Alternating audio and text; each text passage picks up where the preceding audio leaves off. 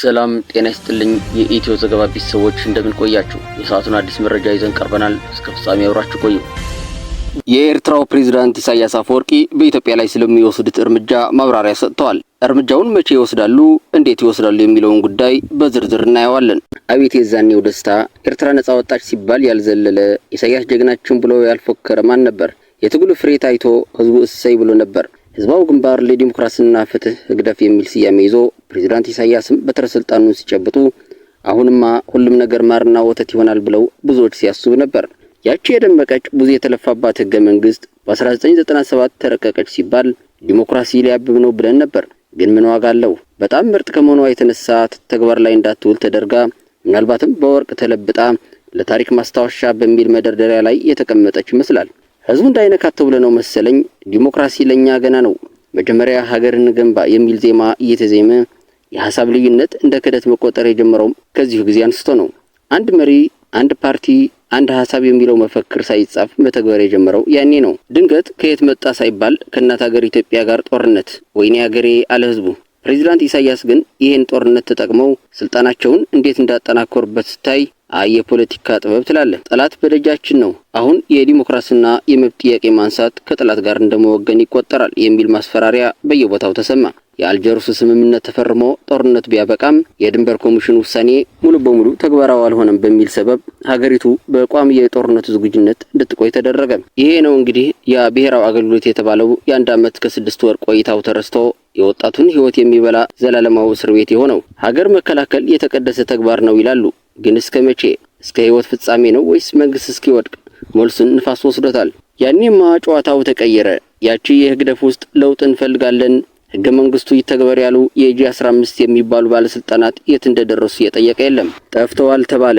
ምናልባት ለተጨማሪ ስልጠና ወደማይታወቅ ቦታ ተወስደው ይሆናል። የግል ፕሬሶችማ የሀገርን አንድነት ይፈታተናሉ፣ የጠላትን ልሳን ናቸው ተብለው በአንድ ጀንበር ተዘጉ።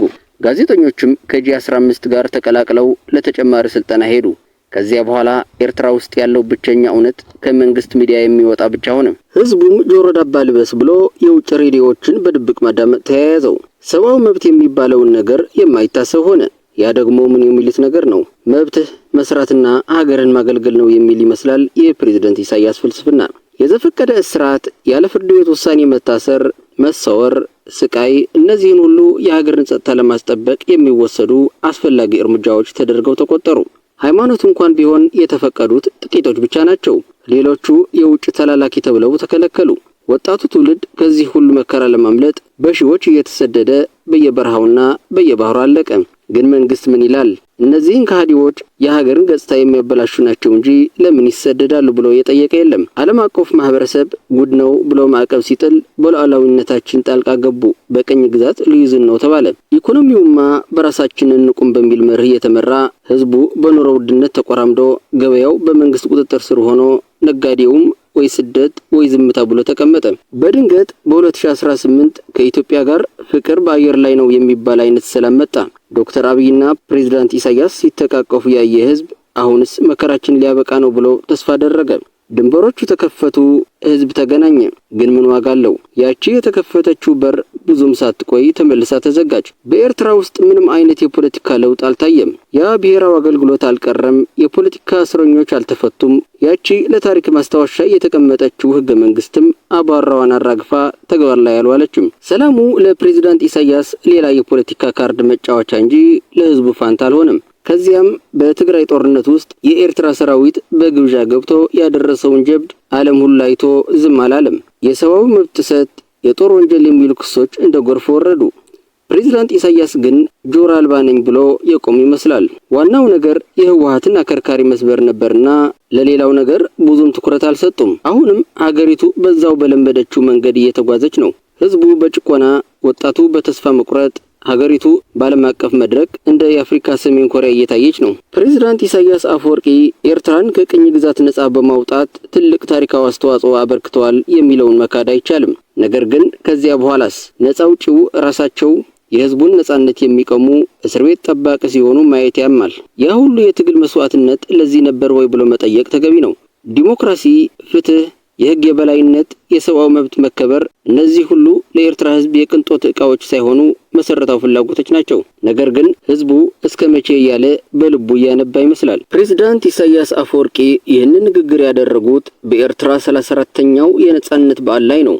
ይህ በዓል ለኤርትራውያን ትልቅ ትርጉም ያለው ሲሆን ፕሬዝዳንቱም በዚህ ቀን የሚያደርጉት ንግግር የሀገሪቱን የውስጥና የውጭ ፖሊሲ አቅጣጫ እንዲሁም በወቅታዊ ጉዳዮች ላይ ያላቸውን አቋም የሚያንጸባርቅ ሆኖ ይጠበቃል። ከቅርብ ጊዜ ወዲህ በኢትዮጵያና በኤርትራ መካከል የነበረው ወዳጅነት በእጅጉ የቀዘቀዘ መሆኑና በተለይም የኢትዮጵያ መንግስት የቀይ ባህር በር የማግኘት ፍላጎትን ይፋ ካደረገ በኋላ ውጥረቱ አይሎ ነበር። ስለዚህ የፕሬዝዳንቱ ንግግር በጉጉት ሲጠበቅ ነበር። የፕሬዝዳንት ኢሳያስ ዋነኛ የትችት ነጥቦች በኢትዮጵያ ላይ ያተኮሩ ሲሆን ከነዚህም መካከል የውጭ ኃይሎችና የብልጽግና ወኪልነት አንዱ ነው። ፕሬዝዳንቱ ባቀረቡት ክስ ኢሳያስ አፈወርቂ የኢትዮጵያ መንግስት ወይንም ብልጽግናን ፓርቲን በመጥቀስ የውጭ ኃይሎች ወኪል ሆኖ ላለፉት 5 ዓመታት በኢትዮጵያ ህዝብ ላይ ጦርነት እንዳወጀ ይከሳሉ።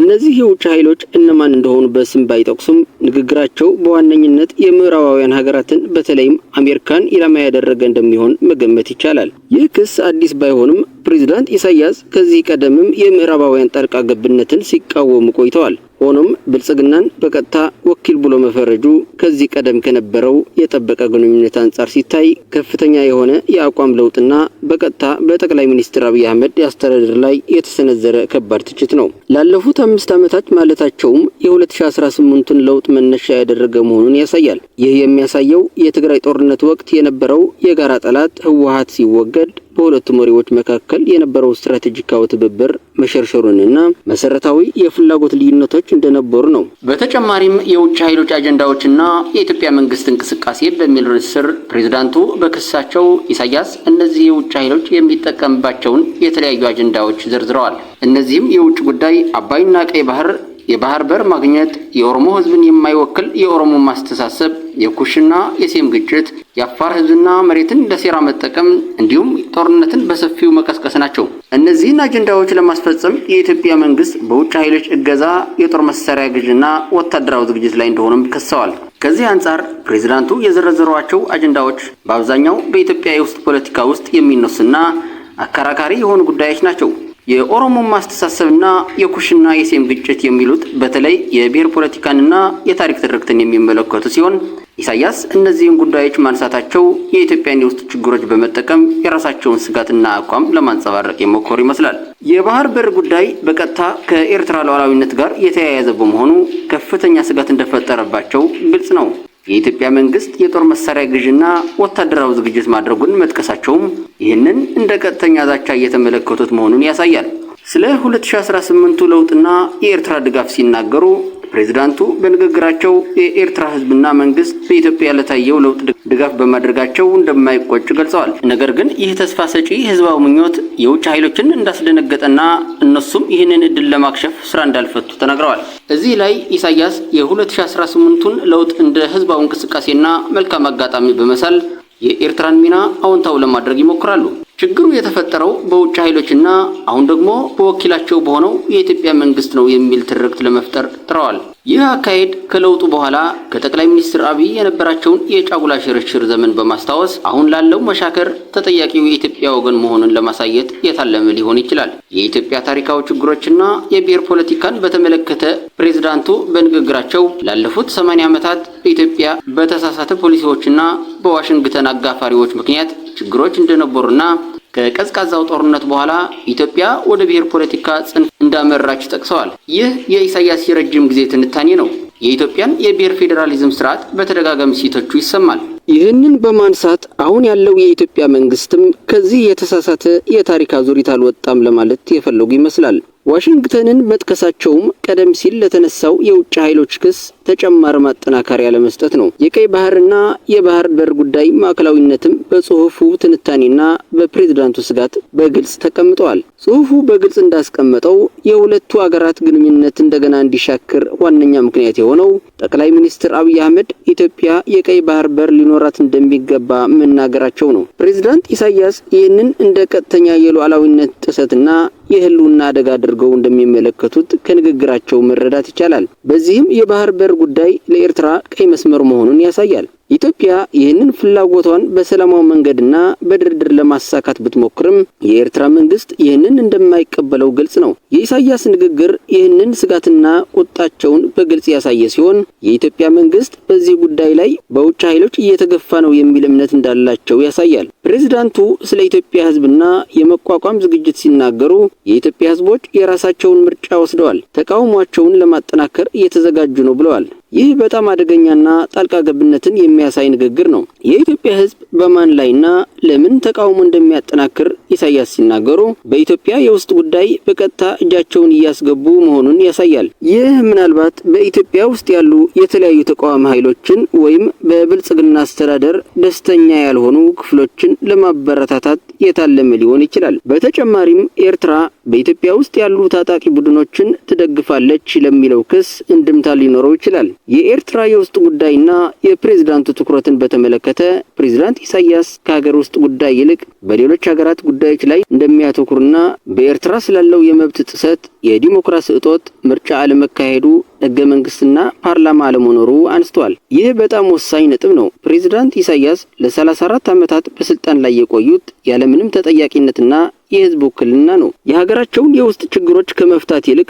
ትኩረታቸውን በጎረቤት ሀገራትና በቀጠናው ፖለቲካ ላይ ማድረጋቸው ምናልባትም የውስጥ ችግሮችን ለመሸፈንና የህዝብን ትኩረት ለማስቀየር የሚጠቀሙበት ስልት ሊሆን ይችላል። ጠንካራና የተረጋጋ የውስጥ መሰረት ሳይኖር በውጭ ጉዳይ ላይ ትልቅ ሚና ለመጫወት መሞከር ዘላቂነት የለውም። በአጠቃላይ ግምገማና የግል አስተያየት ስንመለከት የፕሬዝዳንት ኢሳያስ አፈወርቂ ንግግር ከዚህ ቀደም ከጠቅላይ ሚኒስትር አብይ አህመድ ጋር ከነበራቸው የጠበቀ ወዳጅነት ሙሉ በሙሉ የተለየና ወደ ቀድሞው የጠላትነት መንፈስ የሚመለስ የሚመስል ነው። ንግግሩ በከፍተኛ ደረጃ የኢትዮጵያን መንግስት የሚከስና የሚያንቋሽሽ ነው። የተጋነነ ፍረጃና የሴራ ንድፈ ሐሳብ የሚንጸባረቅበት ሲሆን የኢትዮጵያ መንግስትን ሙሉ በሙሉ የውጭ ኃይሎች ወኪል አድርጎ መፈረጅና ሁሉንም የኢትዮጵያ እርምጃዎች በዚህ መነጽር ብቻ መመልከት የተጋነነና ከእውነታው የራቀ ሊሆን ይችላል። የኢትዮጵያ መንግስት የራሱ የሀገር ጥቅም ናሽናል ኢንተረስት ሊኖረው እንደሚችል ከግምት ያላስገባ ይመስላል።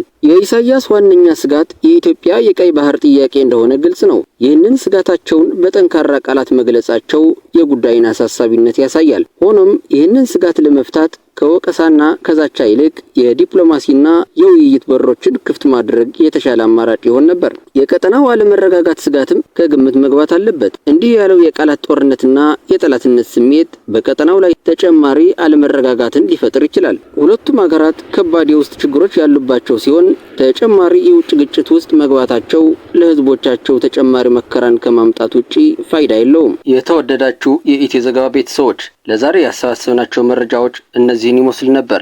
ለቻናሉ አዲስ ከሆናችሁ ሰብስክራይብ እንዲሁም ቪዲዮ ላይክ እና ሼር እንድታደርጉ በትህትና እየጠየቅን እስከ ፍጻሜ ቆይታችሁ ከኢትዮ ዘገባ ስለነበር እናመሰግናለን። ሰላም።